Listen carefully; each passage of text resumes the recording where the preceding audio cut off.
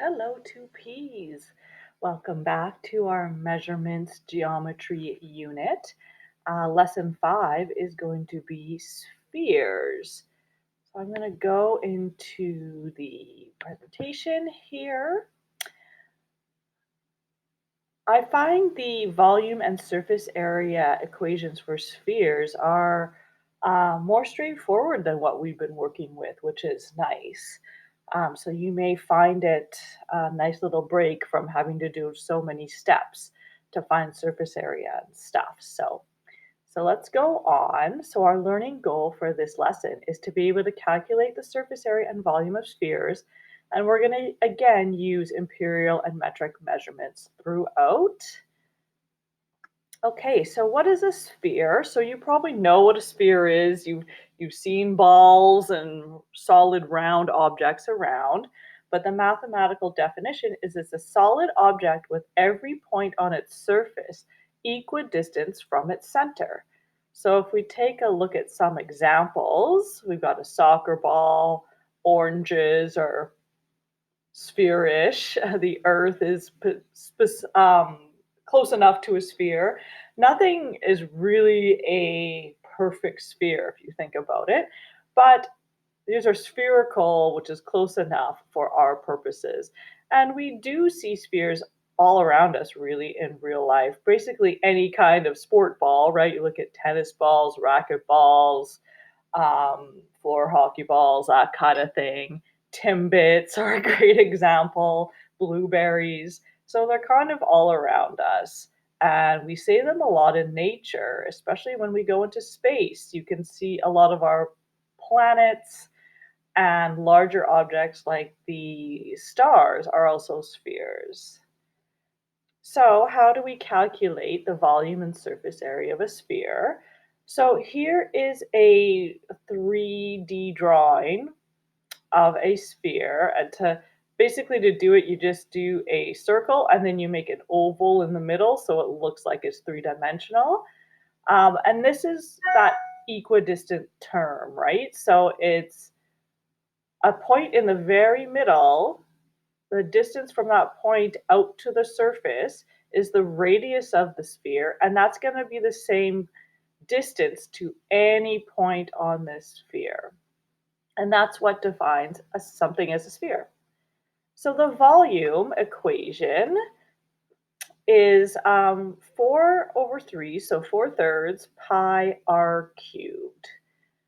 And notice how we have that cubed on the r. So remember when we're doing volume, our dimensions or our measurement has to have that 3 in the exponent because we're working with 3 different um, measurements here, right? Because this is really 4/3 pi times r times r times r.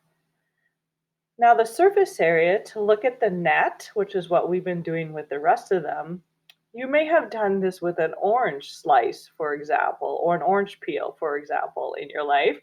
If you peel it into equal size chunks, you'll get something like that. So that is one version of a net for a sphere. And the other version you may have seen in geography classes or in maps. It's the earth that's kind of split into these sections like this. So those are two different types of nets, but you can kind of see that they would look to be the same if we stretch this one out. So the surface area equation for a sphere is 4 times pi r squared. You may remember from previous geometry class that the circumference is 2 pi r. So you can see kind of a pattern. We have something pi r, and then depending on what dimensions we're looking at, we have that number in the exponent of r. So circumference is a one-dimensional thing, so it's 2 pi r. For surface area, it's r squared, and for volume, it's r cubed. So that's a great way to tell the difference between your equations for volume and surface area of spheres. Okay, so let's do an example. Let's say we have this sphere here, and it has a radius of 4 inches, which means it has a diameter of 8 inches. Excuse me. Um, so if you're ever told the diameter of a sphere in a problem, remember you have to divide it by 2 to get your radius. But here we're told what the radius is, so we don't have to worry about that step. So our volume equation is 4/3 pi r cubed. Then we're going to replace pi with 3.14 and r with 4. Okay, then next up, I like to do this separately. 4 cubed, remember that's 4 times 4 times 4. So 4 times 4 is 16, and 16 times 4 is 64. So you can do that as a separate step, but you don't have to. Okay, if you can go straight from here to the answer, that's fine. So our last step there is then to just multiply these numbers together. So there's a couple ways you can deal with this fraction. You can go 4 divided by 3, which is 1.33333, repeating. Multiply that number by 3.14 and then multiply your result there by 64, and you should get 268 inches cubed.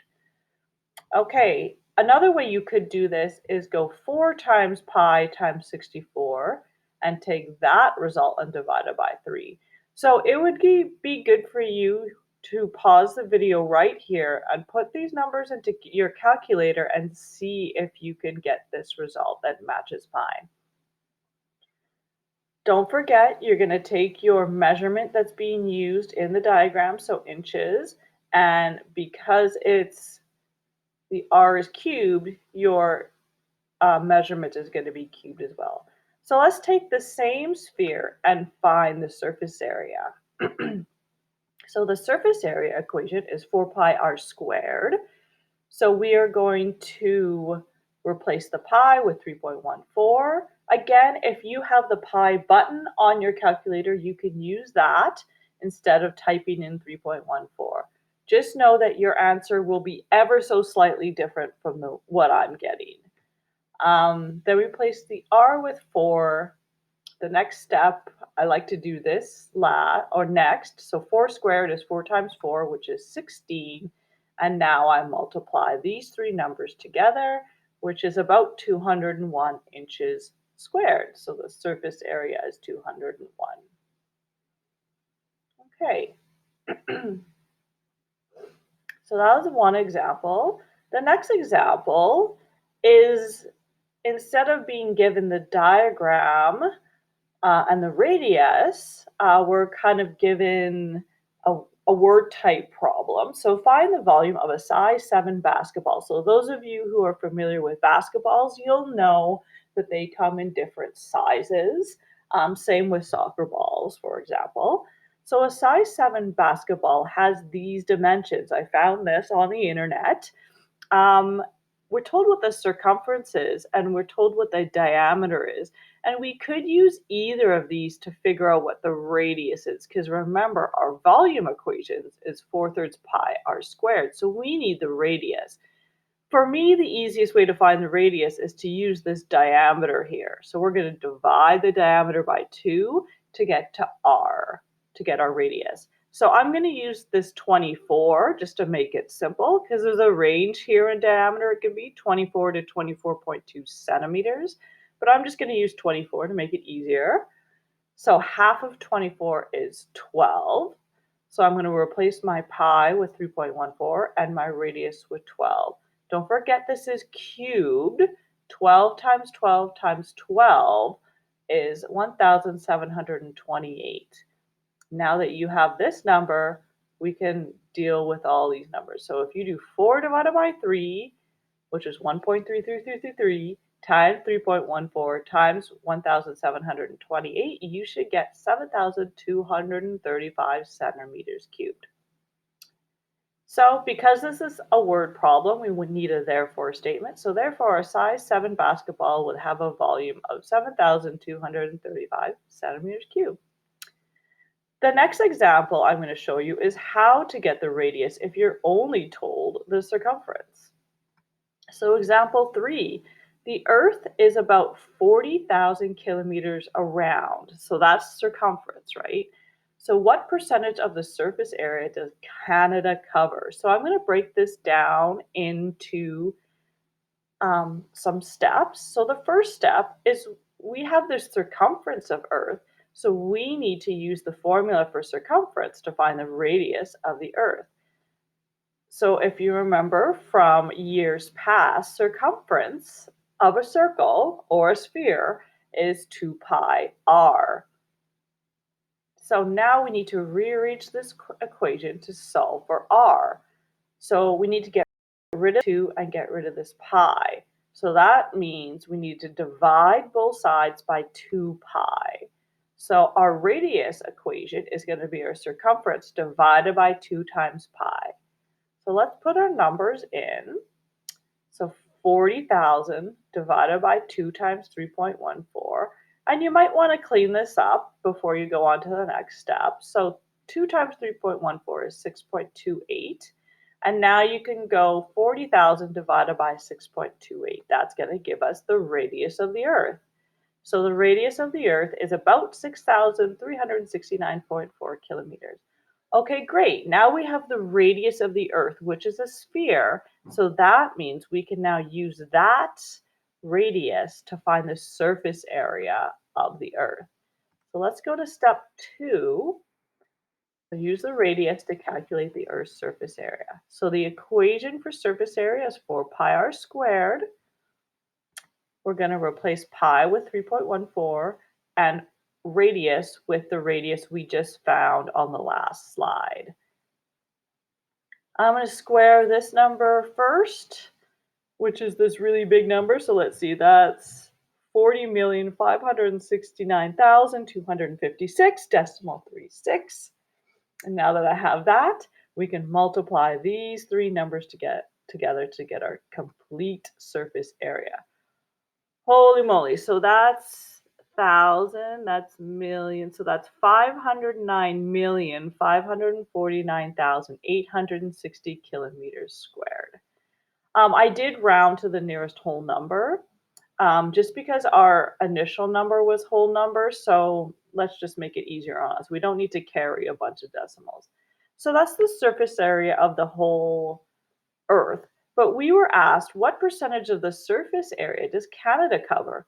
Well, to know that, we need to be able to divide the surface area of Canada by that of the whole Earth and then multiply that by 100. But we need to know the surface area of Canada.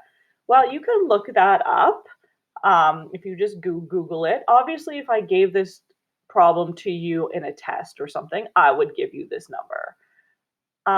So the surface area of Canada is about 9.985 million kilometers. Okay, so let's then set up our equation. So if we do Canada's surface area divided by the surface area of the Earth times 100, that's going to give us the percentage. Just like if you got an 8 out of 10 on a test, you would do 8 divided by 10, and then to find your percentage, you would multiply by 100 to get 80%. Okay, so let's plug our numbers in. So 9.985 million is, I know it's 9 million and then 985, so I'm going to add zeros in until I have the right amount. And then we're going to divide it by that 509,549,860 numbers of the Earth. Then we're going to divide those two numbers and multiply the result by 100. So if I divide those two numbers, it's 0.019595. Now I have to multiply that by 100 to get percentage, which it becomes 1.9595%, which is about 2%. So therefore, because this is a word problem, we need a therefore statement. Therefore, Canada covers about 2% of the Earth's surface. Cool. And Canada is huge, right? So you need to think about what else is covering the Earth's surface. Well, remember that the ocean covers about 70 to 75% of the Earth's surface. So there you go. Okay, so that's it for the examples. So now you can do your practice. There's only one practice sheet. I should change that to sheet. Um, I believe there's both volume and surface area. Yes, there is. There's both volume and surface area on the one page. The first page is the questions, and then the second page are the answers. So you can check your answers. Once you feel comfortable with that, you can go ahead and do the 5.5 quiz on Brightspace. So that's it for today. There is only one more lesson in this unit, and then we are done for the year. See you next time.